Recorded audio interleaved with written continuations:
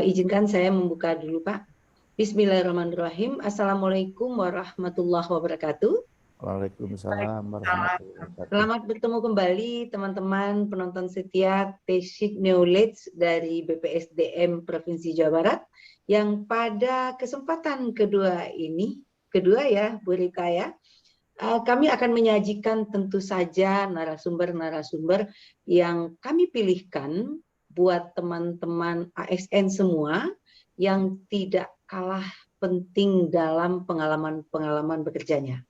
Pada kesempatan kali ini, kami menghadirkan kepada teman-teman ASN semua adalah Bapak Dr. Caca Kuswara, Dr. Andes MH MSI. Hampir semua ASN yang bekerja di zaman beliau atau beberapa tahun ke bawah sampai beliau pensiun, nggak ada yang nggak mengenal Pak Caca. Ya, kenapa beliau kami hadirkan? Karena kaya pengalaman, karena pola kepemimpinan yang saya tidak tahu nama pastinya. Nanti kita tanya langsung ke Pak Caca. Yang pasti kita takut sama beliau kalau beliau sudah bilang tegas, tapi kita bersahabat dengan beliau. Karena sampai hari ini, kalau teman-teman follow Facebook Pak Caca, isinya bercanda dan selalu menyapa dengan ramah. Teman-teman yang kami hormati, kami sayangi, seperti biasa, kami 3R, ada Ibu Rita, Dr. Rita Kardinasari, ada Ibu Rina Novarina Santi Devi, dan saya Reni Ambarsari dari BPSDM Provinsi Jawa Barat menghadirkan Teshik Show untuk berbagi pengalaman untuk model atau contoh buat kita semua. Kami sapa, yang pertama-tama kami sapa, selamat pagi, Assalamualaikum Pak Caca. Waalaikumsalam warahmatullahi wabarakatuh. Selamat pagi kembali, Sampurasun. Rampes. Senang sekali Pak bertemu kembali dengan Bapak yang punya pengalaman kerja sangat panjang ya Pak ya.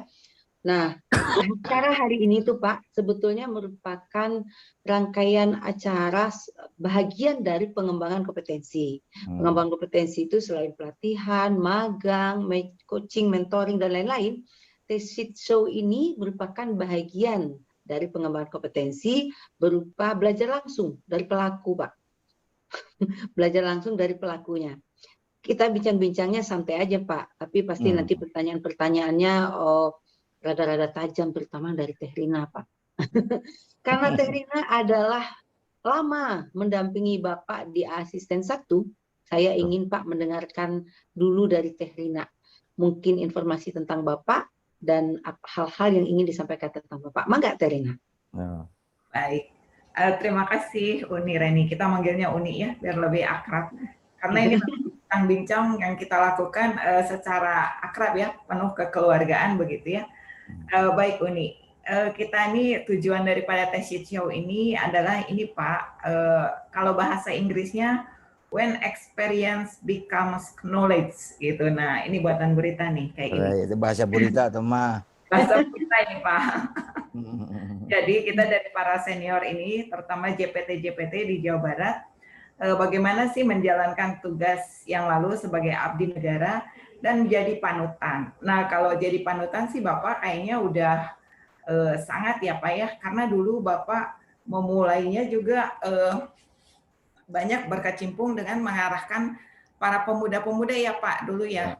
Nah, sebelum menjabat ini Bu Reni, Pak Caca ini sudah banyak sekali terutama tentang wawasan kebangsaan ya Pak, politik kayak gitu. Saya pernah juga dulu waktu di zaman apa Pak ya, organisasi forum komunikasi mahasiswa kekaryaan kalau nggak salah fokus. Nah pernah dapat bimbingan beliau, saya belum kerja jadi PNS nih.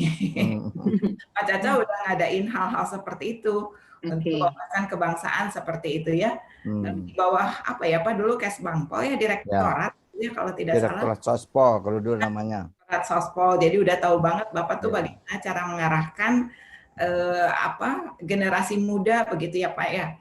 Nah, kemudian ASN sekarang juga mungkin kita memang sangat memerlukan tokoh-tokoh seperti itu nih ya. Dalam hal wawasan kebangsaan, integritas dan soft skill lainnya. Karena kalau secara keilmuan mungkin anak-anak sekarang Pak Caca yang namanya milenial itu banyak kelebihannya gitu ya. Karena mereka gizinya sudah baik mungkin begitu. Ya. Tetapi mungkin di arah di segi soft skill, segi wawasan kebangsaan itu yang perlu kita tanamkan gitu. Oke. Pak Caca itu dulu asisten pemerintahan ya pada saat zaman saya masih di Gedung Sate begitu. Dan lama sekali ya Pak, 5 tahun kalau nggak salah ya. Nama dengan Rina cukup lama dan banyak memori-memori yang Rina tahu banyak dan banyak tahu tentang bagaimana dan tentang apa, bagaimana dan mengapanya juga tahu banyak gitu. Bukan hanya bekerja ya Pak, tapi berjuang juga di situ ya Pak. Berjuang juga. Pokoknya nganter-nganter kemana-mana juga. Yang berangkap sekri, yang berangkap ajudan segala macam gitu. Nah, siap Pak, mangga. Ya, jadi Pak Caca ini kalau dibacakan dari pendidikannya sih S1, S2, S2, S3. Jadi S2-nya saya sebut 2 kali karena memang S2, S2, S3 gitu ya. Kemudian riwayat jabatan ya Pak. Kepala Biro Humas Setda, Kepala Biro Dekon, Asisten Pemerintahan, PJ Sekda Jabar. Waktu itu kita pernah ngantor di sebelah ya di tempat Pak. Ya benar, nyari kan bolak-balik ruang asisten, ruang sekda gitu. Kemudian PJ Bupati Kabupaten Bandung Barat. Ya, itulah yang ini ya, yang ingetnya aja gitu ya gitu. Ya, masih banyak lagi, dan selain itu juga Uni mungkin Bapak ini Pak Caca itu banyak sekali lah di tempat-tempat organisasi lainnya. Maka kita wawancara aja deh yang kira-kira bermanfaat bagi kita ya. Pak, kalau begitu sekarang waktunya Bapak menyampaikan kepada kami. Mungkin fokusnya seperti yang Teh Rina bilang tadi, Pak. Menyikapi situasi spiritual dan juga sikap-sikap bagaimana seharusnya generasi muda ini, ya Pak, era milenial dalam menghadapi masa saat ini yang berbeda dengan masa dulu, dan bagaimana sih Bapak dulu menggawangi situasi-situasi seperti begini dan apa harapan Bapak ke depan. Mangga Bapak bercerita, kami mendengarkan. Silakan Pak Caca. Terima kasih. Assalamualaikum warahmatullahi wabarakatuh. Sampurasun. Selamat pagi. Pertama terima kasih kepada pimpinan BPSDM tentunya Pak Heri Antasari Doktor dan jajarannya, ada ya yang tempo hari ngetes saya itu. Ibu Dr. Rita. Sahabat ya, Ibu Rina, Bu Reni, 3R betul-betul sekarang bisa bertemu lagi. Alhamdulillah. Usia saya sekarang udah di angka 007 tapi dibalik gitu ya gitu. Jadi 008 atau James Bond kalau dulu Marine gitu ya. 70 lah kira-kira gitu. Alhamdulillah syukurillah masih diberikan kesempatan dan bisa bertemu dengan para junior penerus perjuangan masa lalu. Itu yang tidak boleh lupa. Tidak ada hari ini tanpa hari kemarin, dan hari ini hari kemarin menjadi modal untuk hari esok. Nah, itu salah satu prinsip. Yang kedua, tadi Rina bertanya bagaimana nanti pengalaman. Kata kuncinya hanya satu. Ya, kata kuncinya hanya satu. Yang sekarang dikembangkan oleh saya menjadi lebih banyak lagi. Tapi kata kunci utama dan pertamanya dalam konteks melaksanakan tugas sebagai ASN atau dulu pegawai negeri sipil PNS adalah disiplin. Disiplin. Yang sekarang ini terkesan ya agak sulit ditemui kontak-kontak dan konten-konten yang menunjukkan sikap disiplin tinggi gitu. Nah, gitu. Sehingga ini ada cerita nih sedikit ya. Pada saat saya dipindah dari Biro Humas ke BKPMD ya gitu ya. Nah, yang di Jalan Sunda kalau nggak salah itu ya, di depannya apa? Depannya BIP gitu ya, atau belakangnya gitu ya. Sempat ada semacam informasi, waduh, katanya si Pak Caca datang ke sini jadi kepala bidang. Hati-hati, dia orangnya disiplin tinggi gitu. Padahal di sana itu relatif ya dekat mall gitu. Setiap hari siang-siang istirahat dikit-dikit ke mall, jajan-jajan ke mall. Nah ternyata sampai sebegitunya, karena saya menerapkan konsep begitu. Nah intinya sebelum masih nanti yang dijelaskan sama apa diminta sama Rina, intinya apa? Saya pakai selalu menggunakan budaya orang tua, budaya luhur Sunda. Nah, Ibu Rita pasti nanti memahami banget itu. Sampai ditulis di apa namanya? Di PA saya juga aya naon-naon namina teh. DP, Pak. Ya gitu. Ini hanya 3 kata aja. Ya. Ngarawat, ngarumat, ngaruat. Ngarawat. Nah, ngarawat, ngarumat, ngaruat gitu. Jadi dengan konsep disiplin saya menerapkan budaya kerja saya juga termasuk begitu. Apa itu ngarawat? Merawat ya, merawat bahasa Indonesianya. Segala sesuatu yang menjadi nilai, norma, moral dan etik dalam kehidupan berbudaya sebagaimana amanat orang tua tempo hari betul-betul digunakan untuk acuan kerja. Yang rawat, yang dirawat itu mungkin saja ada yang sudah tidak digunakan tapi dicari-cari, oh ketemu, oh, ini sesuatu nilai norma moral etik yang berlaku atau bagus untuk dikembangkan. Kalau sudah menjadi suatu bahan yang dimiliki, sudah dirawat, kita rumat. Oh, dirumat itu tahu artinya dirumat. Diurus gitu ya. Dipelihara. Nah, dipelihara itu ya tentang disiplin itu kan manusia itu seperti hanya gelombang laut. Kadang tinggi, kadang rendah, kadang surut, kadang besar gitu. Kadang-kadang lah manusiawi gitu ya. Terpengaruh oleh situasi, kondisi dan lingkungan-lingkungan. Ibu Rita bilang environmentalnya gitu kan, kira-kira begitu.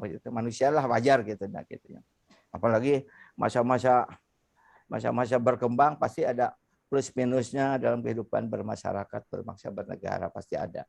Nah, setelah dirumat, diurus dengan baik, kita perkuat, namanya ngaruat gitu.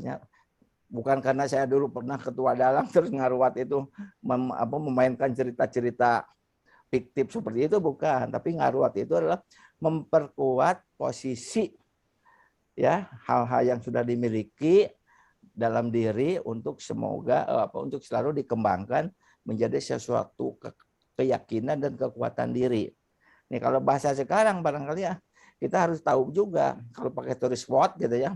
Kita tahu kekuatan diri dan sekaligus tahu kelemahan diri. Nah gitu, di samping memanfaatkan peluang dan tantangan. Gitu. Oleh karena itu dalam konteks ngarawat, ngarumat dan ngaruat ya selalu menjadi acuan walaupun tidak selalu digembor-gemborkan di dalam bentuk pengarahan dan sebagainya. Gitu.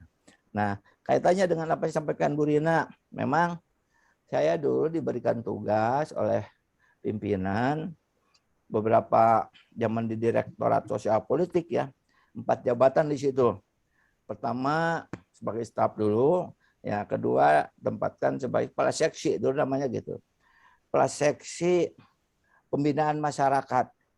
Nah, itu saya ikut membidani lahirnya Undang-Undang Nomor 8 tahun 85 tentang organisasi kemasyarakatan. Yang tempo hari yang tadi disampaikan Bu Rina banyak berkaitan, berkomunikasi, berkolaborasi, bahkan melakukan binaan-binaan atau semacam pendidikan politik istilahnya dulu dengan ormas-ormas yang ada di Jawa Barat, baik pemuda, tokoh-tokoh masyarakat lain, ulama, wanita, gitu ya, terus pengusaha dan sebagainya. Relatif sudah tersentuh semua oleh saya dalam konteks penjelasan Undang-Undang Nomor 8 tahun 85 itu ya, tentang organisasi kemasyarakatan yang sekarang dirubah menjadi Undang-Undang Nomor 13 tahun 2017 kalau salah gitu ya. Nah, kaitannya dengan kemarin kan pembuaran digantilah dengan masa kini, walaupun intinya saya ingat betul kata kuncinya apa di situ, Pancasila sebagai satu-satunya asas. Nah ini ya kata kuncinya itu di situ. Walaupun ada yang ngomongnya Pancasila sebagai asas tunggal, itu keliru banget itu. Yang benar itu Pancasila sebagai satu-satunya asas. Banyak orang yang kenapa tidak asas tunggal? Ya beda satu-satunya asas dengan asas tunggal. Itu pemahaman-pemahaman yang perlu juga diketahui oleh generasi muda kontekstual dengan pembinaan ideologi saat ini yang kesan saya agak sedikit menurun pemahamannya. Kalau misalkan ngobrol di kampus, berbicara Pancasila itu kadang-kadang taunya negara, filosofi, hidup oh gitu-gitu. Tanpa memahami makna yang sesungguhnya gitu ya.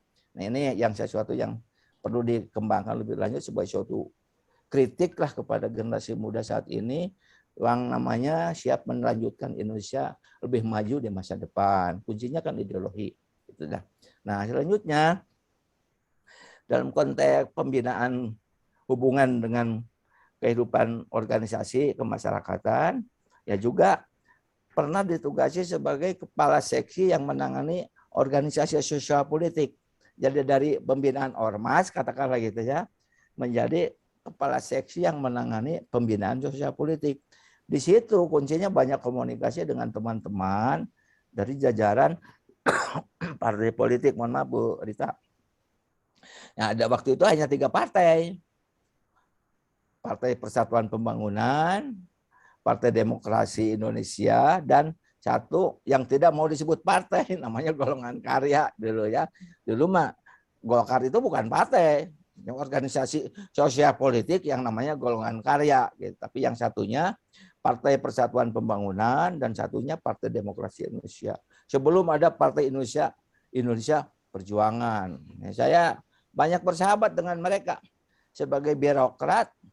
Walaupun waktu itu birokrat itu harus menjadi anggota partai politik ya, dalam hal ini Golkar gitu, saya juga termasuk yang ikut berikrar waktu itu ya. Tapi saya melakukan komunikasi sebagai aparatur, mencoba memisahkan kapan berbaju kuning, kapan bersahabat dengan baju hijau, dan kapan bersahabat dengan baju merah. Nah, ini sesuatu yang harus bisa dibuat dikotomi sebaik mungkin dalam konteks bagaimana. Sementara sekarang ASN Bu Rita, Bu Reni kan harus netral, tidak boleh gitu. Kalau dulu saya punya kartu anggota Golkar gitu, tapi sekarang sudah tidak lagi menjadi anggota partai politik manapun. Jadi semuanya bersahabat.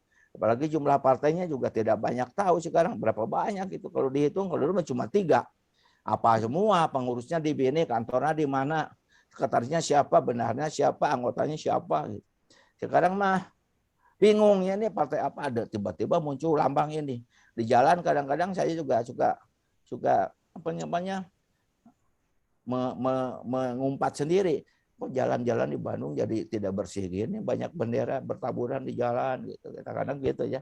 Kalau dulu seperti gitu-gitu amat gitu. Oke. Katanya dengan apa tadi, zaman Rina singkatnya cerita ya, dengan asisten. Ya, sebelum masuk asisten 1 ya juga tidak tahu persis. Tiba-tiba masih ingat tanggal 1 bulan Saum tahun 2005, habis taraweh di Pakuan ya. Besoknya hari ulang tahun TNI, masih ingat tanggal 5 Oktober. Tiba-tiba Pak Sekda dalam itu Pak Setia Hidayat almarhum bilang sambil bisik-bisik, isukan tong kama mana, ada apa Kang? Dilantik, gitu aja tuh. Jadi apa?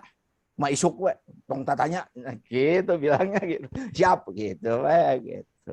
Di tengah jalan ada teman Rina yang di dulu mah biro kepegawaian mungkinnya, nelpon. Kang, anjing tabu sakit itu ulah ke mana? Aya naon? Abdi bade ngadugikeun surat undangan. Baca sudah ngomongnya. Boleh. Udah tahu belum? Belum. Tentang apa? Pokoknya gitu, besok ke mana? Bawa baju ini aja. Oke. Walaupun sudah ada informasi awal. Tiba-tiba jam 1 ya, mendapat kehormatan untuk berdiri di barisan pertama gitu. Ya, disebutlah saya menjadi asisten pemerintahan menggantikan senior Pak Kang Haji Sumirat waktu itu. Kang Haji Sumirat pindah ke Bogor.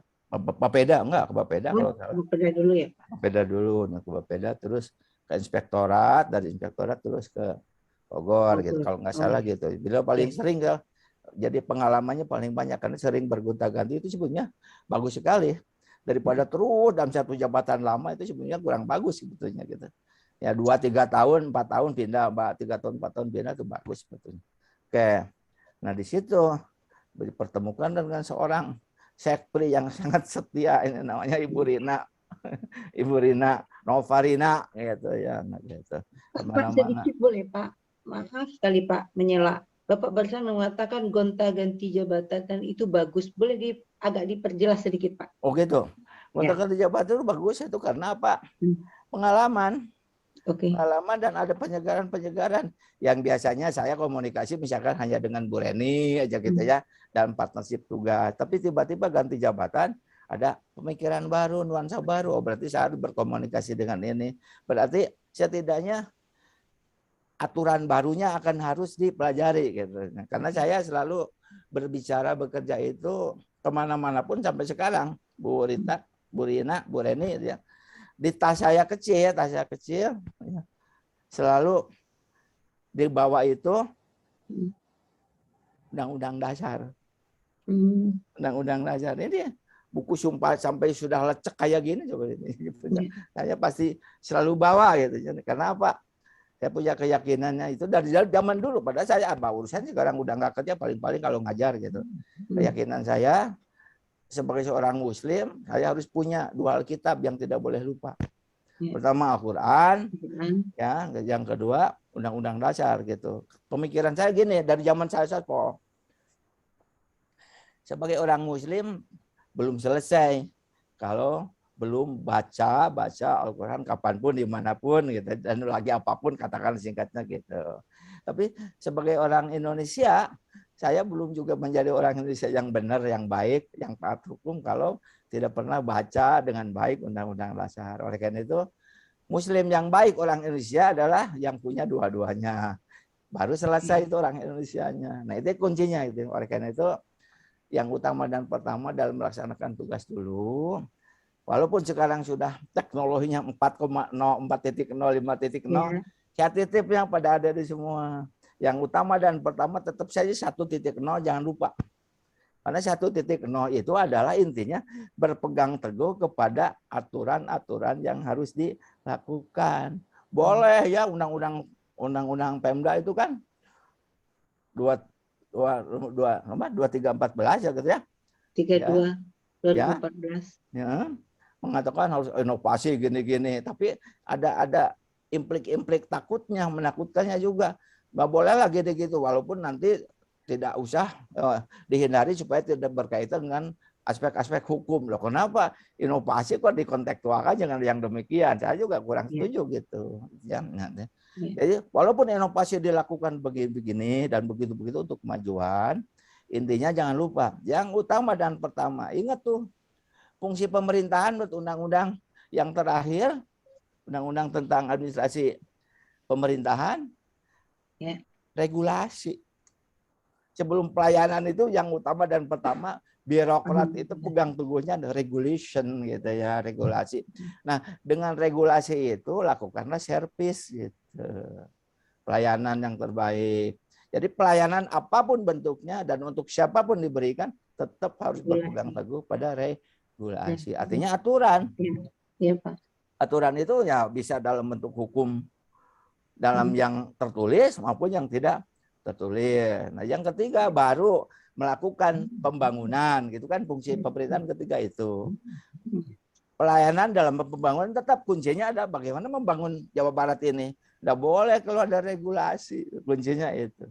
Yang keempat empowering, pemberdayaan. Ya Bu Rina, Bu Reni, Bu Rita pasti paham banget gitu ya. Dan yang kelima protecting gitu ya, perlindungan. Nah gitu. Jadi birokrat ini berkutat di dalam 5 tapi satu tapi 5 seperti Pancasila gitu ya gitu. 5 sila tapi menjadi satu kesatuan. Kalau dalam konteks pelaksanaan fungsi pemerintahan pun oleh adik-adik kalian kuncinya adalah gitu. Pengaturan, pelayanan, pembangunan, pemberdayaan dan perlindungan. Itu semua setelah saya kaji intinya berangkat dan berdasar dari tujuan nasional yang menurut Ibu Rita ya gitu istilahnya ya keren ini ya tujuan nasional kita ini yang dikembangkan oleh kita bersama. Kadang-kadang ASN yang baru-baru ini belum paham betul pendekatannya kan prosperity dan security gitu. Hanya 2 sebetulnya yang harus dilakukan oleh kita. Saya mencoba ya saat pernah mengikuti pendidikan di Secapa, saat mengikuti pendidikan di Mabes TNI AD Jakarta, Mabes ABRI dulu bahkan gitu ya, atau pendidikan-pendidikan lainnya. Pendekatan-pendekatan itu selalu dikembangkan. Nah, oleh karena itu dalam kaitan membawa suasana kerja, walaupun tidak didoktrinkan secara langsung kepada Ibu Rina tempo hari, tapi saya selalu mendepankan, ingat, kata kuncinya kita adalah berpegang teguh pada aturan, gitu ya. Bapak-bapak, walaupun kita pinter sana, pinter sini, tidak ada masalah seperti itu, kalau bertentangan dengan aturan, pasti ujungnya akan terjadi sesuatu. Ini Filosofi dari Sunda sedikit Bu Rina, Bu Reni ya, filosofi Sundanya. Ya, saya sampai sekarang juga masih pegang prinsip ini karena saya orang Sunda jadi pakai budaya Sunda. Ada prinsip yang tidak boleh disentuh atau prinsip yang tidak boleh apalagi dikerjakan gitu ya. Didekati pun juga jangan. Pertama, usahakan dengan melaksanakan yang 5 fungsi tadi jangan salah Bu Rita, Bu Rini, Bu Rina. Hindari itu sesuatu yang namanya salah, disengaja ataupun tidak. Ya, karena yang namanya salah tidak pernah ada ujungnya yang baik gitu ya, gitu pasti. Yang kedua, tidak boleh lengah. Lengah atau lengah? Bahasa Sunda mah langah gitu, balangah gitu ya, gitu. Harus hati-hati gitu ya. Yang ketiga, tidak boleh lupa. Ya. Aduh lupa, saya nggak masukkan undang-undang itu, padahal itu harus masuk konsideran mengingat, misalkan ya, gitu. Lupa, tidak masuk desideratumnya, desideratum itu desideratum. Itu bahasa hukum ya. Dasar hukum ya Pak. Dasar hukum, bukan dasar hukum. Tujuan yang harus masuk di dalam rumusan konsideran menimbang. Ya, setelah filosofis, sosiologis, juridisnya harus ada di situ. Nah itu pasti Bu Reni kan suka bikin SK dan sebagainya di situ ya, pertimbangannya. Namanya desideratum, jangan lupa itu. Desideratum. Ya. Yang keempat, terutama ada tadi katakan tadi Ibu Rina yang sekarang ini lebih pintar, lebih maju. Saya mah untuk nyata-nyata juga manggil asisten ini kita gimana itu diakui ya. Sebab dulu zaman di asisten sama Ibu Rina, Rin ada komputer ada apa, wah bapak mah boro-boro make ngahurungkeun gitu bisa, gitu, silakan Bu Rina aja gitu ya. Jujur aja, tapi pas terpaksa nyusun disertasi, hanya Rina membantu semaksimal mungkin harus ngetik sana ngetik sini gitu. Nah gitu. Yang keempat, bodoh. Jangan bodoh gitu maksudnya. Jangan bodoh, berarti harus belajar. Harus belajar. Kenapa seorang muslim? Kata pertama yang diajarkan oleh Rasul setelah mendapat wahyu dari Allah Subhanahu wa taala melalui malaikat Jibril adalah Iqra bismi rabbikal ladzi khalaq. Nah, itu jangan lupa itu. Kalau sholat, kalau bacaan atau wiridan supaya dihafalkan itu. Kenapa? Dengan belajar, dan belajar itu membaca gitu. Saya pakai filsafat yang diambil dari orang-orang pintar itu ya. Belajar itu bagaimana supaya tidak bodoh. Pertama, belajar ini di kampus atau di kelas, looking. Nah, Bu Rita pasti banget ini. Looking, melihat. Setelah kedua, dengarkan, listening gitu ya. Nah, sudah didengarkan, ditulis, writing gitu kan. Nah, keempat, diucapkan gitu ya. Diucapkan, dibaca gitu, tulisan itu dibaca bukannya dicatat ya, tadi speaking gitu. Nah, dan yang kelima apa? Acting gitu. Oh, jangan acting maksudnya Pak. Ya, dikerjakan gitu apa yang sudah dilihat, didengar, ditulis. Ya, acting. Jangan ditambah Ayu Ting Ting yang jangan itu. Jangan itu yang keenam itu jangan pengen ada ting lagi gitu, nggak usah gitu. Nah, itu. Jadi selalu mengasah diri itu dengan cara itu. Rin, bikinkan slide dan tayangkan supaya bisa dilihat. Oh, looking gitu kan. Nanti diomongkan pakai pengeras suara yang bagus supaya di listening. Makanya di PSDM itu sound system tidak boleh jelek gitu karena mana kunci belajar. Terus setelah itu ditulis. Itu kalau ada seminar kit suka dikasih not dan pulpen gitu kan, itu maksudnya untuk mencatat itu. Jangan wah nggak kuliah dapat buku baru, not baru, tapi aslinya ya kosong terus gitu karena belajarnya pakai lagu Deloitte. Lagu Deloitte tahu? Aku masih seperti yang Ponce Pondah. Aku seperti yang dulu, Pak. Ya, aku masih seperti yang dulu. Datang bodoh, balik bego. Jangan begitu, gitu. Hati-hati. Sekolah di PPSDM beberapa bulan. Ada lagu wajib, baris mau pulang apa? Lagu wajibnya tuh dipimpin oleh Ibu Reni. Aku masih seperti yang dulu. Janganlah, Pak. Jangan, makanya itu. Nah itu makanya dikontrol banget itu ya, diperiksa banget itu. Jadi yang namanya kita jangan sampai salah, jangan sampai lengah, jangan sampai lupa, dan jangan sampai bodoh. Kalau bodoh pasti ketinggalan terus. Ketinggalan terus ya celaka. Lupa. Walaupun kita pintar dan sebagainya, tapi suatu saat kena lupa, ya kita celaka. Bu Reni, ya, Pak, ke kamar mandi, bawa handphone atau bawa kacamata, mau lupa. bisa taruh lupa gitu ya. Tahu-tahu udah selesai sholat, duh kacamata saya di mana ya, lupa. Tahunya sudah ada pindah ke tempat orang, bukan hilang itu, tapi pindah ke tempat orang dan tidak kembali. Kan celaka juga kan? Harus berukur lagi kacamata, harus lagi primnya yang cocok, yang bagus. Nah itu celaka. Terus yang lengah, nah saya sering ke puskesmas, ada orang lari-lari ke puskesmas. Siapa namanya ini? Pak Selamat katanya. Kenapa? Tadi ketabrak ojek Pak, jatuh, lecet. Namanya siapa? Selamat, kena lengah. Tidak selamat juga gitu. Jadi apalah artinya sebuah nama, tidak menjamin tidak celaka. Apalagi kalau salah di mana-mana juga. Kalau mulainya salah, saya tidak pernah menemukan ujungnya baik. Ya. Pernah menemukan nggak coba berita, Bu Reni? Dimulai dengan salah, membuat program salah. Pernah ada ujungnya baik? Enggak. Tapi sesuatu yang dibuat baik ujungnya, awalnya, ujungnya baik. Yang salah juga banyak gitu ya. Tapi ya kalau yang salah pasti salah. Yang baik pun ujungnya kadang-kadang juga salah. Nah, dalam konteks dengan Ibu Rina dulu, saya selalu gitu ya, apa-apa. Kadang-kadang, Rin, ini maksudnya apa ini? Saya banyak sekali bertanya.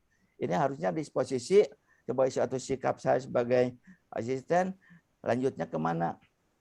Biro Hukum, Biro Penum, kalau dulu atau Biro Dekon gitu ya, atau Biro Otda, waktu itu sebutannya yang begitu. Nah kadang-kadang bingung, ya sekali-kali walaupun saya tidak terlalu sering, undang mereka bertiga. Ngobrol ini ada yang begini-begini, kadang-kadang ada disposisi dari Pak Gubernur yang sifatnya terbatas itu ya pemenahangannya gitu. Depo hari begitu. Ya kira bagaimana ini? Saya diberikan tugas gini oleh Pak Gubernur. Kira-kira bagaimana memahami? Tanya ini. Walaupun ujungnya saya mencoba mengambil kesimpulan, keputusan dari apa yang disampaikan saran. Oleh karena itu, nah ini ya itu belajar kan berarti memperkuat teman-teman, memberikan informasi pada teman-teman. Dan saya tidak lupa bagaimanapun juga sepintar-pintarnya seorang pejabat tidak bisa bermain sendiri. Pasti ya harus ada masukan-masukan dari sana sini. Mungkin saja ada pemikiran-pemikiran yang tidak terakomodir dalam pemikiran. Ya, ternyata atau ada sisi-sisi lain yang harus dipertimbangkan dan ternyata menjadi bahan masukan. Oleh karena itu saya pernah belajar ini digunakan juga tahun 89. Reni masih sekolah di mana tuh? Saya kan sekolah tentara di Secapa 4 bulan. Iya, betul. 89. Ya diurusnya oleh Biro Kepegawaian waktu itu. Zaman Pak Suspim ya, Pak? Ya namanya itu samaan saya Pak Sumirat diantaranya gitu ya. Satu kompi ya, satu peleton bahkan. Ya jadinya gini. Jadi ya kita ketahui tugas pokok. Tugas pokok Bu Reni kan harus tahu itu, jangan sampai ya di dalam tupoksi itu tugas pokoknya. Makanya saya bingung. Dina urean itu tugas pokok apa, fungsi dan tugas. Si tupok atau tupoksi gitu. Kalau saya gitu kan. Ureanya kadang-kadang fungsi dulu baru tugas pokok. Tapi disebutnya tupoksi. Nah, sebelum masuk jadi renta atau action plan dan sebagainya, rumuskan dulu tugas pokok. Pahami banget itu. Pahami banget tugas pokok. Setelah itu nanti ada tugas tambahan. Ada tugas tambahan, pasti tidak mau tidak mau ada tugas tambahan yang berkaitan dengan kenapa aspek eksternal itu juga perlu dipertimbangkan sebagai suatu kesatuan dalam mengambil kesimpulan atau kebijakan atau keputusan.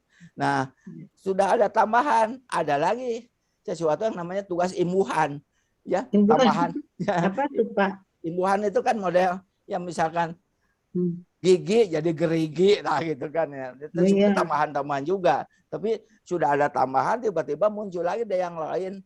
Ada Berarti bonus dong Pak. Dapat dengar sana sini. Oh ini mah saya tafsirkan bukan tambahan, tapi imbuhan untuk memperkaya. Setelah itu saya simpulkan, oh berarti lahirlah sesuatu yang namanya tugas pokok baru gitu ya. Jadi tugas pokok teh berkembang menjadi sesuatu yang lebih apa namanya? lebih konkret, lebih jelas.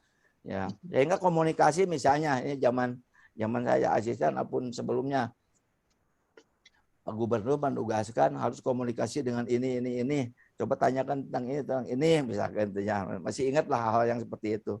Saya berpikir temannya Reni itu kan Rina. Iya Pak. Nah, temannya Reni itu Ibu Rita, katakanlah gitu ya. Padahal substansi pokok masalahnya ada di Rina atau di Reni gitu. Nah, untuk mengetahui bagaimana informasi tentang yang diungkapkan mau ditanya sama Bu Rina, saya juga harus tanya ini sama Bu Reni. Bu Reni tahu nggak tentang itu? Bagaimana itu ceritanya tentang ini gitu. Oh, gitu. Ingat, Reni itu sahabatnya juga dengan Rita. Barangkali ada komunikasi lain. Tanya Bu Rita, kalau yang ini pernah dengar tentang ini enggak? Ya, gitu ya. Yang ambil contoh sekarang yang lagi rame itu ya, masalah bribda itu kan. Oh, bribda. Ya gitu ya. Nanya sana, nanya sini itu kan tugas pokoknya Bareskrim gini-gini, tugas tambahannya gini-gini, tugas imbuhannya ya ada dari Komnas HAM, dari sana, dari sini, pengacara, tiba-tiba yang tidak tahu juga ikut-ikutan, itu harus ditampung dulu. Oh, akhirnya nanti muncul tugas pokok baru sehingga dapat diambil kesimpulan. Oh, yang jadi permasalahannya adalah ini. Nah, begitu gitu. Jadi Caca, berpikirnya boleh saya bertanya nggak? Boleh. Saya bertanya? Boleh dong, boleh. Oke. Nah, dari sekian masa yang panjang ya, Bapak spend nearly your whole life menjadi birokrat, ngatur dan ngurus rakyat, sehingga Ya. Jawa Barat bisa seperti ini. Bandung Barat juga tidak terlepas dari buah tangan Bapak. Apa sih Pak unforgettable moment pada saat Bapak bertugas? Apa yang menurut Bapak tidak bisa dilupakan dan menjadi satu moment of truth yang nggak bisa lupa sampai sekarang? Silahkan Pak. Oke. Katakanlah yang tidak bisa dilakukan gitu ya. Kuncinya apa? Yang nggak bisa lupa gitu Pak. Ya, yang Bapak tidak bisa lupa gitu? adalah saat saya ditugasi menjadi PJ Bupati. Kenapa itu Pak? Tidak bisa lupa. Saya masih ingat tuh dulu tuh saya juga ini disuruh pendataan dan sebagainya. Kenapa Pak itu? Kenapa? Banyak. Karena kenapa itu yang nggak bisa lupa? Karena ini Bapak. Ya dari sekian banyak ya banyak memori-memori gitu. Gini, kenapa?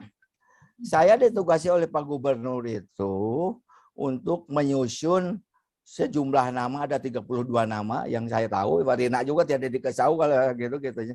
Menyusun 32 nama untuk disodorkan kepada Pak Gubernur guna diusulkan kepada Menteri Dalam Negeri sebagai PJ Bupati Bandung Barat. Di Bandung, Soreang ada yang sampai demo segala macam.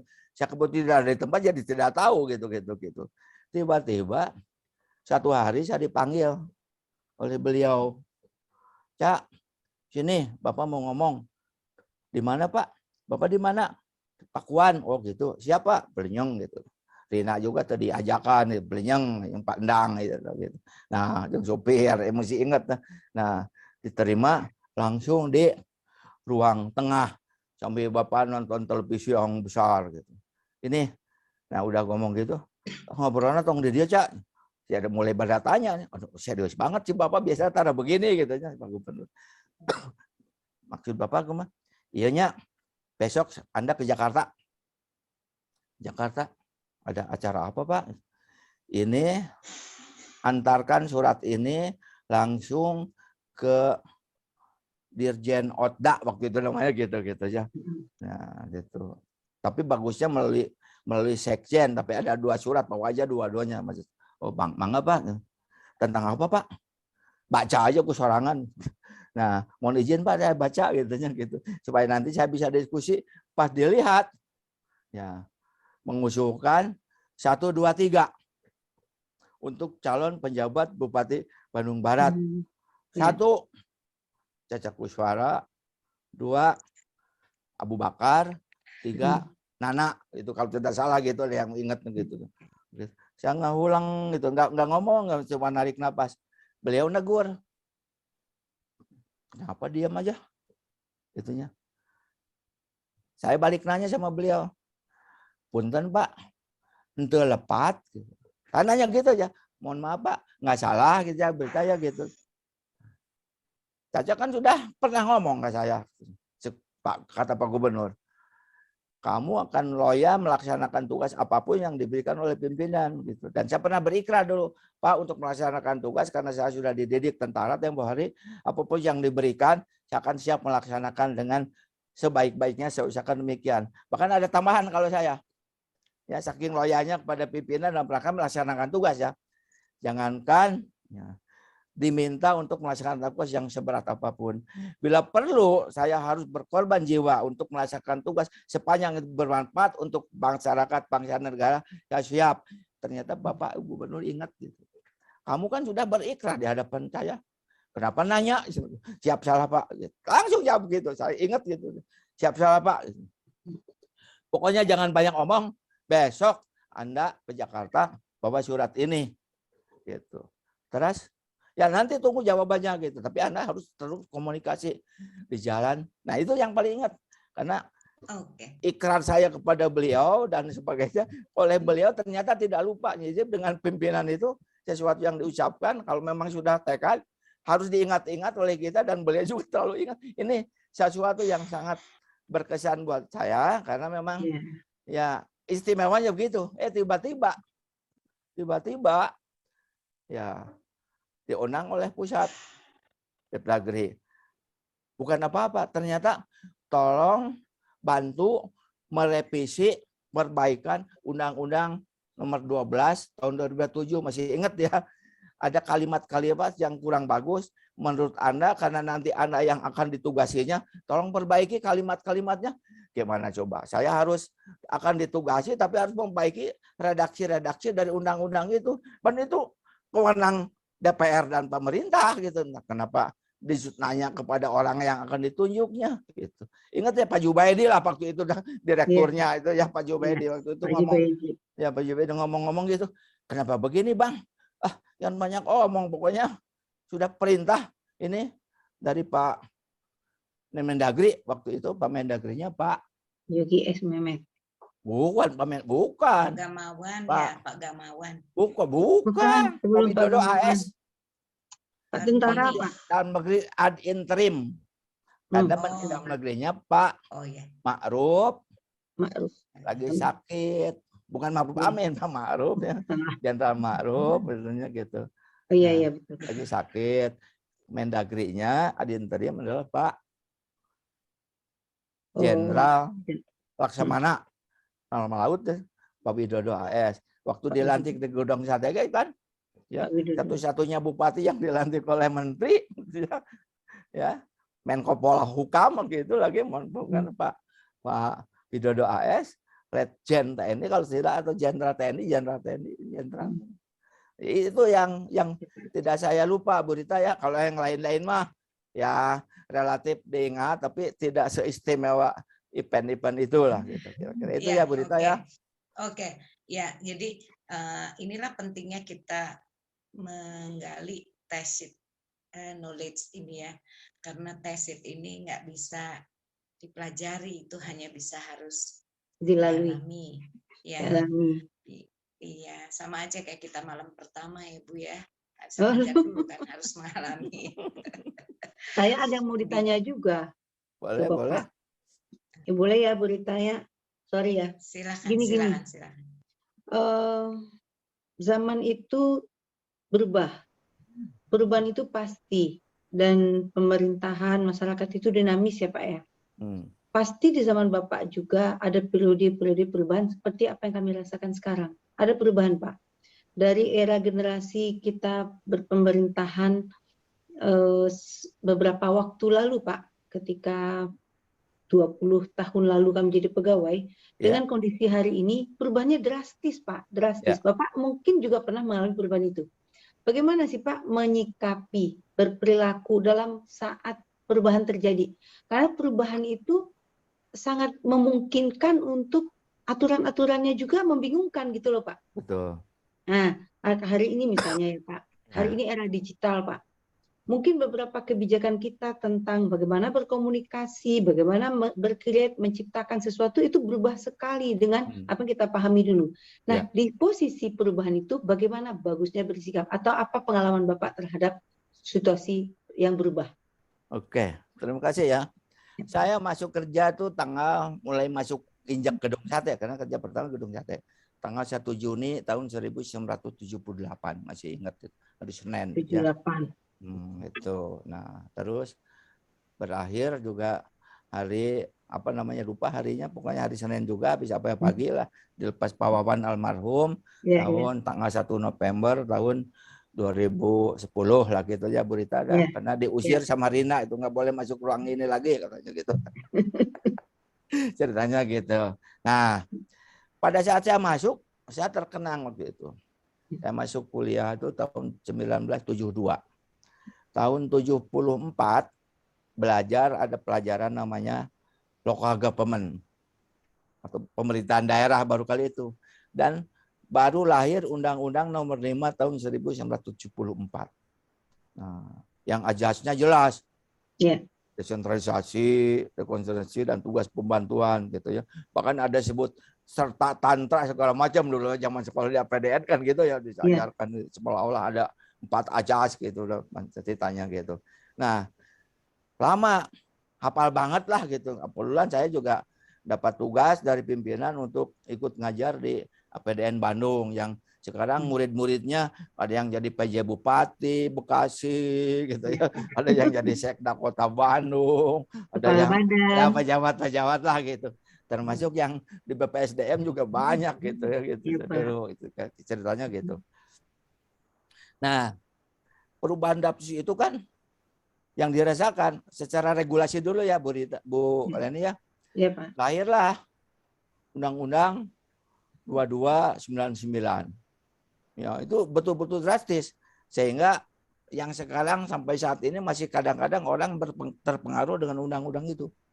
Undang-Undang 2299 ada badan eksekutif daerah yang namanya gubernur, dan ada yang namanya badan legislatif daerah gitu. Jadi seolah-olah ada trias politika di tingkat daerah. Nah, ini yang bikin drastis gitu. Sempat-sempat saya kepala Biro Humas waktu itu juga Pak Nuryana, ya LPJ pertama, lucu, drastis sekali ini dalam konteks regulasinya dan implementasinya. Sebelum LPJ disampaikan, masih 3 bulan lagi, sudah ada desakan dari DPR kepada DPRD agar LPJ itu ditolak. Bayangkan. LPJ belum dibuat, belum dilaporkan, belum ada jadwalnya sidang, sudah ada pernyataan menolak LPJ itu dalam sisi pemerintahan. Apa yang akan ditolaknya gitu. Hanya sempat Pak Nuryana waktu saya Birwas manggil, manggilnya Aca bukan Caca ya. Aca, gimana kita bekerja? Pekerjaan belum dikerjakan, tiba-tiba hasilnya udah ditolak untuk tidak diterima. Jadi sambil ketawa-ketawa gitu ya. Kadang-kadang saya diajak satu mobil, pakai mobil Popo gitu ya. Ngalamin juga dengan Pak Gubernur Nuryana gitu. Bicara-bicara. Terus dengan otonomi daerah, nanti Cak, kalau kita ke daerah, ke Sumedang atau ke Banten, kemana, pasti Bupati itu nanya. Nanyanya apa? Dengan undang-undang baru itu. Karena terpisah Jawa Barat dengan provinsi itu hubungannya tidak lagi satu level, tidak ada lagi hubungan hierarkis katanya. Terus gimana Pak? Nanti kalau orang ke Sumedang, pasti Bupati Sumedang itu boro-boro nyuguhan, malah nanya, Bapak badai aya naon ka dieu, entah gitu, mau apa Bapak ke sini gitu. Nah, ini dengan konteks jadi federal banget lah kira-kira gitu lah pemerintahan. Nah, kontekstual yang itu kan waktu itu saya ikut diklat BIM di Jakarta. Nah, zaman Pak Gus Dur kan di moratorium Undang-Undang 2299 itu tidak dilaksanakan, tiba-tiba muncullah undang-undang yang ditandatangani Ibu Mega nomor 32 tahun 2004 gitu. Nah, tapi sudah ada undang-undang 10 tahun 2004 tata cara pembuat aturan sudah ada. Saya masih ingat banget gitu ya dengan konteks karena waktu itu kan hasil pemerintahan membawakan juga masalah hukum. Jadi saya harus belajar juga masalah itu. Dan kebetulan saya sudah sekolah hukum juga waktu itu gitu ya. Nah, oleh karena itu terjadi moratorium. Jadi Undang-Undang 299 itu sebetulnya tidak dilaksanakan sebetulnya gitu ya secara praktis. Hilang semuanya daerah otonom, populernya apa? Otda, nanti sudah otda gitu. Kalau ngomong otda itu sesuatu yang menakutkan gitu sepertinya gitu. Tuh. Nah, dalam kaitan dengan apa yang disampaikan oleh Bu Rina, Bu Reni, perkembangannya apa? Nah, di sini mulai banyak masuk handphone yang mulai, tapi masih hurufnya juga masih kalau angka 2 itu bentuknya titik gitu kan gitu. Belum garis-garis sekarang gitu. Ya, sampai Bu Rina gitu, Rin bahwa handphonenya mode apa gitu. Ada yang baru lagi gitu ya. Kalau yang sekarang kan ya di toel dan sebagainya, tas gitu segala macam, pijit bisa moto, bisa. Dulu nggak pernah ada. Zaman saya belum pernah ada gitu ya. Nah permasalahan waktu itu komunikasi itu masih banyak disampaikan dengan cara surat menyurat. Nggak ada ngirim surat tanda tangan pakai apa sekarang? Pakai elektronik, Pak. Ya tidak ada tanda tangan. Bahkan maaf ya, pada saat zaman Pak sebelum Pak yang sekarang PPSDM teh, sebelum Pak Heri, Pak Diki kan membuat surat apa lah gitu aja, pengumuman apa tentang apa itu di tanda tangan.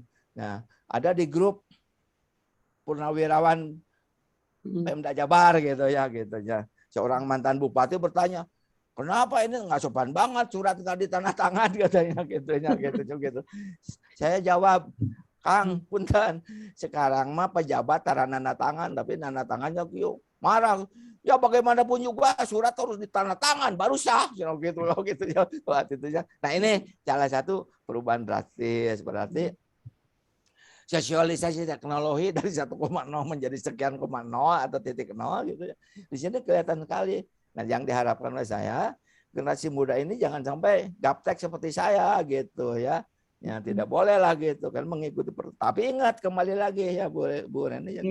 1,0-nya tetap harus dipegang, norma, moral, etik dan ya, nilai norma, moral, etik ya pegang teguh katanya. Jadi bagaimanapun perubahannya boleh. Ya, yang dialami oleh saya antara dalam bentuk komunikasi. Ya, berarti komunikasi kadang-kadang menyampaikan laporan kepada atasan atau sekarang apa? Tidak masuk kerja juga menyampaikan permohonan izin cukup di WA gitu ya. WA-nya belum dibaca, belum dibalas, bolosnya udah duluan. Misalnya Ibu Reni, saya atasan misalkan tuh ya. Assalamualaikum. Selamat pagi, Pak. Saya informasikan mohon maaf saya hari ini tidak bisa hadir bekerja, hubungan ada satu hal yang tidak bisa ditinggalkan. Terima kasih gitu ya atas perkenannya. Harusnya baru boleh pergi dan meninggalkan tugas setelah dijawab oleh saya, harusnya gitu ya. Ya, keperluannya apa? Dia mendesak, oke, kalau itu saya izinkan gitu. Tapi sebelum izin dibalas, bolosnya udah duluan kan gitu. Nah, ini yang keliru ya gitu. Nah, besok ketemu Reni. Ren kemarin kemana? Nggak masuk. Kan saya udah izin, Pak. Izin sama siapa? Saya udah ngirim surat, Pak. Udah ngirim WA ke Bapak. Memang diizinkan gitu. Nah, ini pemahaman yang keliru gitu ya. Jadi seolah-olah menyampaikan informasi ya, belum ada jawaban disposisi dari pimpinan kayak apa, dianggapnya sudah selesai permasalahan. Nah, ini nih kelemahan yang sekarang terjadi gitu ya. Ya, drastis perubahan itu. Walaupun dari zaman dulu juga cuma bentuknya surat menyurat. Lebih kepada etika mungkin ya, Uni. Ya, gitu. Jadi ya, betul. makanya pegang teguh nilai, norma, moral, etik. Jadi etika mungkin ya sopan santun gitu. Pak, mungkin lanjut sedikit Tina, karena Tina sebut etika. Nih, Pak Caca, Bu Reni, waktunya ini tinggal berapa menit lagi ya. Jadi mungkin terakhir ini ada ulasan dari Ibu Rita tentang bagaimana munculnya nilai-nilai seperti yang kita ambil ya. Sebetulnya ini masih panjang, banyak, soalnya saya juga ingin kasih pengalaman bersama Pak Caca gitu ya, masih banyak sekali ceritanya. Tapi kayaknya tinggal 9 menit lagi, tinggal apa poin-poinnya gitu dari Ibu Rita yang bisa kita ambil, nilai-nilai apa sehingga nanti di video ini bisa kita sampaikan kepada teman-teman ASN. Mungkin itu ya Bu Rita. Sedikit aja. Sebelum Bu Rita dan Pak Caca sedikit aja. Dari ulasan Bu Rita dan Pak Caca cerita dan ulasan nanti yang akan diulas Bu Rita, kita sadar sekali loh Pak, perubahan itu bukan hanya karena teknologinya, tapi juga merubah ke cara hidupnya. Kita ini sudah disebutnya generasi bekerja anytime, anywhere, any place. Contohnya saya sekarang. Contoh yang Bapak bilang perizinan seperti itu, ternyata sekarang tuh sudah menjadi model. Kalau selama ini komunikasinya jalan dan berizin lewat WA walaupun dibaca terlambat misalnya, itu masih mending Pak. Tapi sebetulnya banyak sekali perubahan itu tidak digawangi. Ya Pak, tidak digawangi. Mungkin basicnya di rumah tidak dapat, di sekolah tidak dapat. Nah PR kita menginjekkan misalnya ya di level sekarang. Nah mungkin nanti Bu Rita bisa mengulas dan Bapak juga bisa menambahkan bagaimana nih menjaga etika moral yang sekarang tidak didapatkan di sekolah, Pak. Saya nggak tahu kalau di tempat ngaji pasti dapat ya. Tapi sejumlah berapa anak-anak sekarang itu ikut belajar mengaji yang diajarkan etika. Jangan-jangan kita sibuk mengajarkan teknologi, mengajarkan ilmu pengetahuan dapat 10 dan lain-lain, tapi nilai moralnya berkurang. Nah, mungkin Bapak dan Bu Rita mohon diulas. Mudah-mudahan ini bermanfaat buat kita semua, membuat kita terinspirasi untuk diri kita sendiri, untuk keluarga kita, untuk lingkungan kita. Mangga, silahkan. Saya dulu atau siapa dulu? Bapak dulu lah ya, Bu Ritanya. Oke, saya titip aja karena waktunya menjelang akhir. Saya titip aja 5 dan 1 hal. Pertama, jaga sikap. Jaga tekad, jaga semangat, dan yang keempat, jaga disiplin. Jangan diselipin ya, jangan disiplin. Dan yang kelima, jaga dirikan tanggung jawab. Saya tidak, kalau tanggung jawab itu jangan dilaksanakan ya, Ren ya. Iya Pak. Tapi rumusnya ini, as-sholatu imaduddin. Tegakkan itu, bukan laksanakan. Kalau laksanakan kan asal selesai. Tapi kalau ditegakkan, melekat dalam diri sebagai suatu bentuk. Nah, yang 5 ini ikat dalam satu kata. Apa tuh? Apa tuh Pak? J-U-J-U-R. Jujur. Jujur. Jujur itu tidak mengenal waktu. Kapanpun, dimanapun, dengan siapapun, lagi apapun, dan tenang apapun, tidak boleh tidak jujur. Gitu. Dan yang itu tanamkan dalam diri sebagai identitas, sebagai integritas, dan sebagai integrasi. Jadi kita bersama-sama dengan lain kan harus integrasi. Tapi ingat, identitas diri Anda, integritas diri Anda harus terjamin betul. Dikembangkanlah dalam bentuk iptek gitu ya. Sekarang ilmu pengetahuan teknologi maju. Tapi jangan lupa yang kedua tadi guru ngaji, imtak. Nah, sehingga lahirlah Anda semua, adik-adik semua menjadi pribadi yang teladan gitu aja gitu. Kata kuncinya di situ. Oke, Pak. Terima kasih, Pak. Oke. Terima kasih sekali, Pak. Banyak sekali. Saya catat semua poin-poin ya, Pak ya. Poin-poin yang penting. Pasti saya yakin Ibu Rita dan Bu Rina juga mencatat ya dalam pikiran, dalam hati. Saya kenapa harus saya catat, Pak? Karena ini bagian bagi kami untuk nanti memberikan motivasi kepada teman-teman ASN yang ikut pelatihan di BPSDM. Ibu Rita, mangga silahkan mohon ulasannya agar kita semua mendapat nilai-nilai positif dari pertemuan kita pada hari ini. Silakan Bu Rita. Baik, Uni Reni, Bu Rina, Pak Caca yang saya hormati, guru semua, guru kita semua, guru sepanjang masa ya. Jadi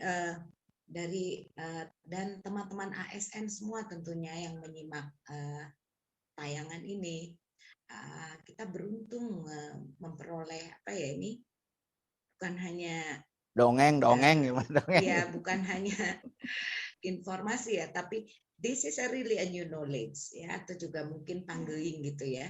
Nah, dari awal tadi Bapak cerita mengenai ngarawat, ya ngarumat, satu lagi Ngaruat. ngaruat, ngarumat, ngarawat.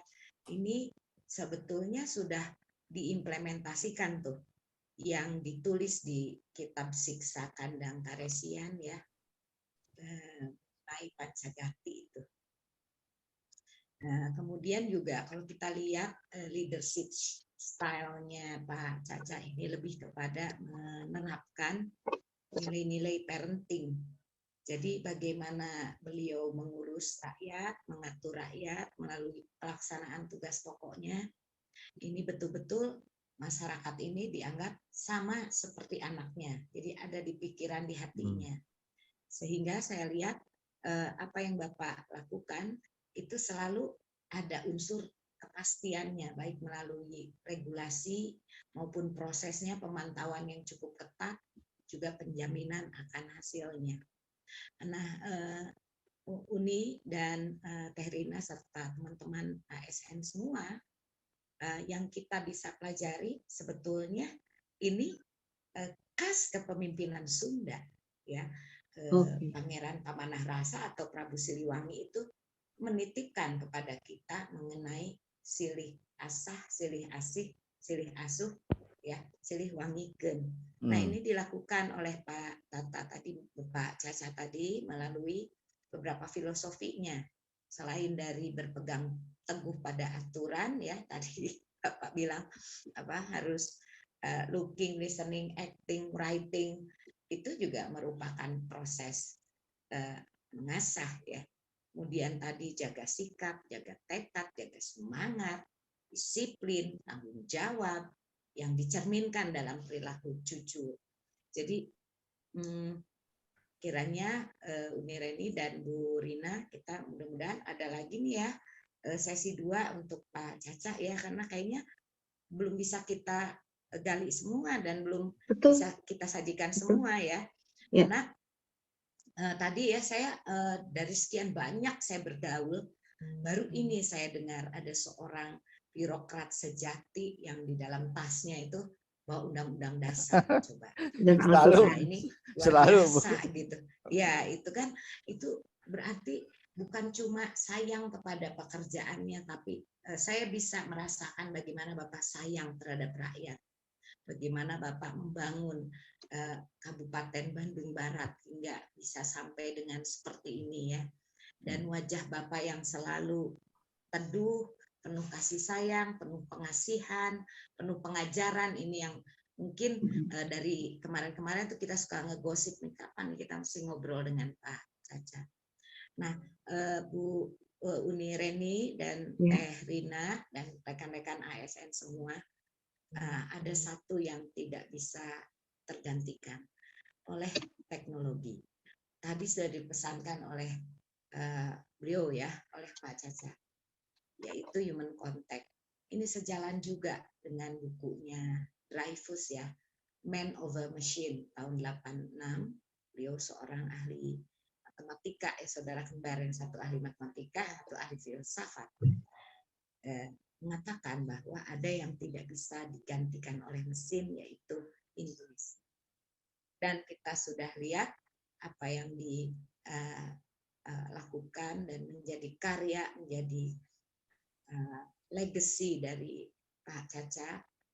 Kiranya kita sampai saat ini belum menemukan juga nih seorang birokrat yang pinter, doktor dengan karir yang berbagai jabatan dan selalu periang. Mudah-mudahan Bapak selalu sehat, Pak. Saya doakan. Amin. Kami ya, karena sungguh masih sangat memerlukan pengajaran-pengajaran yang dihasilkan betul-betul murni ini keluar dari isi pemikiran beliau ya. Nah, ini spontanitas ini Bu, nggak mikir dulu gitu. Iya, iya. Karena Bapak sudah membuat buku, apa yang kira-kira bisa dijelaskan ya dari konsep ya harus ngomong apa enggak ya, pokoknya kira-kira gini-gini lah pokoknya. Pan maunya juga begitu Bu Rina bilang. Iya, iya. Nah, justru inilah eviden dari seseorang yang expert ya. Seorang expert tuh begitu. Terima kasih banyak Pak Caca. Mudah-mudahan Uni Reni dan Teh Rina ini berkenan ya. Kita simpulkan hari ini kita menemukan satu pattern of leader ya, yaitu parenting leader ya. Bagaimana menganggap tugas adalah bagian dari dirinya dan rakyat adalah darah dagingnya. Terima kasih. Mungkin itu ulasan dari saya. Mohon maaf. Terima kasih Bu Rita. Uni Reni dan Rina. Terima kasih. Teman-teman sudah dengar ya ulasan ahli psikolog kita ya, Ibu Dr. Rita Kardinasari. Apa yang dirumuskan dari bincang-bincang kita dengan Pak Caca itu bukan hal asal ya. Pak Caca menceritakan ceritanya dengan menggambarkan, dan itu ada teorinya dan sampai disimpulkan oleh Bu Rita semacam parenting leader. Saya sangat setuju, Terina, kalau seandainya ini awal dari mungkin pendalaman kita untuk beberapa tema dengan Pak Caca. Saya mencatat ada tema wawasan kebangsaan, Pak, yang harus kita injekkan kepada generasi muda kita, agar kita bersama tetap bertanggung jawab sampai akhir untuk bangsa dan negara Indonesia ini. Bapak kaya pula dengan nilai-nilai budaya lokal yang tidak bisa kita abaikan begitu saja. Nilai-nilai budaya lokal itu yang membuat kita kuat, yang membuat kita mau bekerja lebih seperti yang diceritakan Ibu Rita. Insya Allah Pak, kami mungkin akan coba rumuskan 3R, akan merumuskan spesifikasi yang akan kami perdalam dengan Bapak. Betul sekali Bu Rita, kita belum bicara tentang perubahan penyetaraan jabatan misalnya ya. Itu kan hal spesifik berkaitan dengan cara bekerja. Tentu saja akan kita gali dari aspek-aspek yang udah senior ini. Perubahan cara bekerja dari struktural ke fungsional itu cukup drastis sebetulnya. Saya mendalami ini dengan mencoba mewawancara teman-teman fungsional yang konvensional. Mencoba mewawancara teman-teman yang struktural sekarang berlabel fungsional. Ternyata PR kita panjang, Teh Rina. Belum selesai. Masih awal. Insya Allah kita diberikan kekuatan, kesabaran, dan pemikiran yang baik untuk membantu Kepala BPSDM Provinsi Jawa Barat, membantu Gubernur Jawa Barat untuk memberikan dedikasi tenaga kita, menghadirkan diskusi-diskusi seperti ini yang akan menyemangati ASN dimanapun teman-teman berada, dan hayu kita bangun bersama-sama konsep baru ini. Perubahan sangat drastis dan tidak bisa dihindari karena yang abadi itu adalah perubahan itu sendiri, kata Pak Kaban kemarin. Ya, Ibu Rita, Ibu Rina, Pak Caca, terima kasih sekali. Sampai bertemu seri lagi. ini Ya, mohon menarik maaf sekali. kalau tadi saya mungkin kebanyakan bicaranya, padahal kalau misalkan tadi dipotong di tengah jalan mungkin bisa lebih berkembang pada aspek-aspek yang lebih substansial gitu. Tapi kan ya terpancing dengan kira-kira apa yang harus diceritakan, jadi saya banyak bicara gitu. Pak, nanti kita masih ada sesi selanjutnya Pak. Oke, terima kasih. Insya Allah dalam keadaan sehat, mudah-mudahan bisa berjalannya gitu ya. Kami tidak mau memotong pembicaraan Bapak karena memang apa-apa yang Bapak ceritakan itu penting bagi kita. Jadi anunya Pak, solusinya adalah kami akan coba split sesi-sesi khusus Pak spesifik. Nanti mohon perkenan Bapak untuk bergabung bersama kami di lain waktu. Alhamdulillah. Terima kasih Pak. Insya Allah. Ya, Alhamdulillah. mudah-mudahan saling doakan saya, mudah-mudahan Pak sehat gitu ya. Iya, amin. Mudah-mudahan sehat dan waktunya memungkinkan gitu karena masih. Terima kasih banyak Pak. Teman-teman ASN di Jawa Barat maupun dimanapun teman-teman berada, baik Jawa Barat, kabupaten kota, atau di wilayah manapun di Indonesia. Tacit Knowledge ini kami dedikasikan dari BPSDM Cipageran untuk teman-teman ASN semua, baik di Jawa Barat maupun di Indonesia. Dari Cipageran untuk Indonesia. Kenapa tidak?